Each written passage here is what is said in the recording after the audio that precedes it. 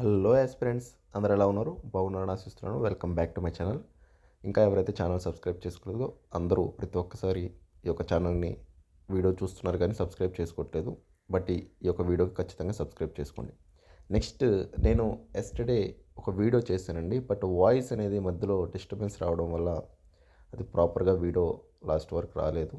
So నేనేం చెప్పాలనుకునేది ఈ వీడియోలో నేను కంప్లీట్గా చెప్తాను. సో ప్రతి ఒక్కరూ లాస్ట్ వరకు చూడండి.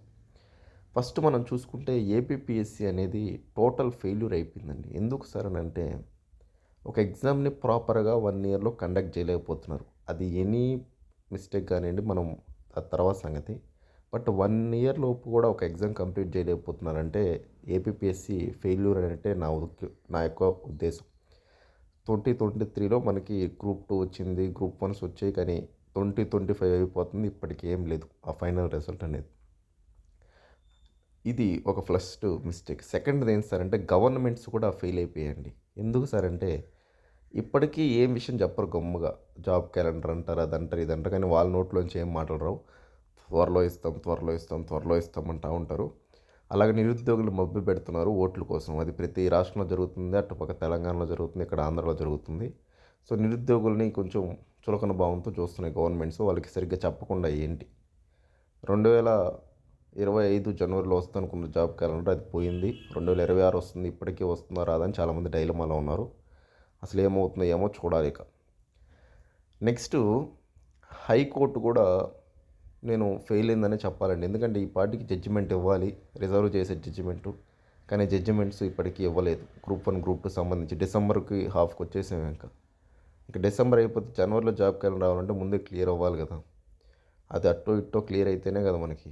సో హైకోర్టు కూడా దీని మీద కొంచెం త్వరగా ఇవ్వాలని నేను ముందు వీడియోస్ చేస్తున్నాను జడ్జిమెంట్ అనేది. బట్ ఇప్పటికీ రాలేదు. ఇలా స్టూడెంట్స్ని అన్ని వ్యవస్థలు ఇబ్బంది పెడుతూ ఉంటే పాపం ఎలా ప్రిపేర్ అవుతారు యాస్పిరెంట్ అనేది నా యొక్క బాధ.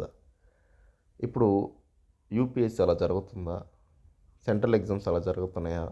కానీ కేవలం స్టేట్ ఎగ్జామ్స్కి ఎందుకు ఇలా జరుగుతున్నాయి? వాళ్ళు ఏం తప్పు చేశారు ఆ యొక్క యాస్పిరెంట్స్?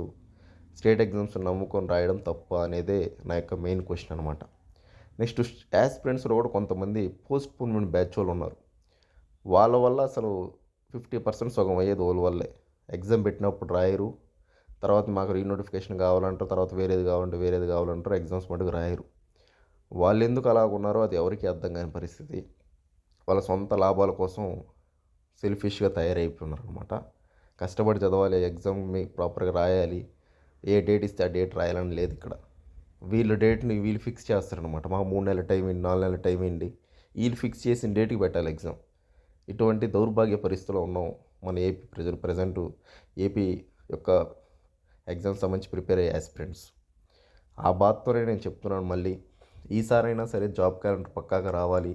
ఈ పోస్ట్పోన్మెంట్ బ్యాచ్ వాళ్ళకి పోస్ట్పోన్మెంట్ నోట్లోంచి మాట రాకుండా ప్రాపర్ ఎగ్జామ్ కండక్ట్ చేయాలి. నెక్స్ట్, ఎగ్జామ్స్ ఆన్ టైంలో అయిపోవాలి. 1 ఇయర్ లోపు వాళ్ళకి అపాయింట్మెంట్ లెటర్స్ కూడా ఇవ్వాలనేది నా యొక్క మెయిన్ ఉద్దేశం. ఆ ఉద్దేశంతో నేనేం చెప్తున్నా అంటే, ప్రిలిమ్ స్టేట్ మెయిన్ స్టేట్ ఒకటేసారి డిక్లేర్ చేసేస్తే కమ్ముగా రాసుకుంటారు ఈ పోస్ట్పోన్మెంట్ లేకుండా అనేది నేను చెప్తున్నానండి.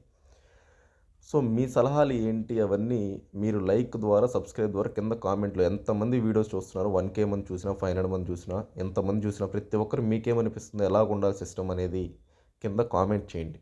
దాన్ని బట్టి మిగతా వాళ్ళు కూడా ఎలా ఆలోచనలో ఏంటి అని అర్థమవుతుందన్నమాట. అది ఫ్రెండ్స్ నేను చెప్పాలనుకున్నాను.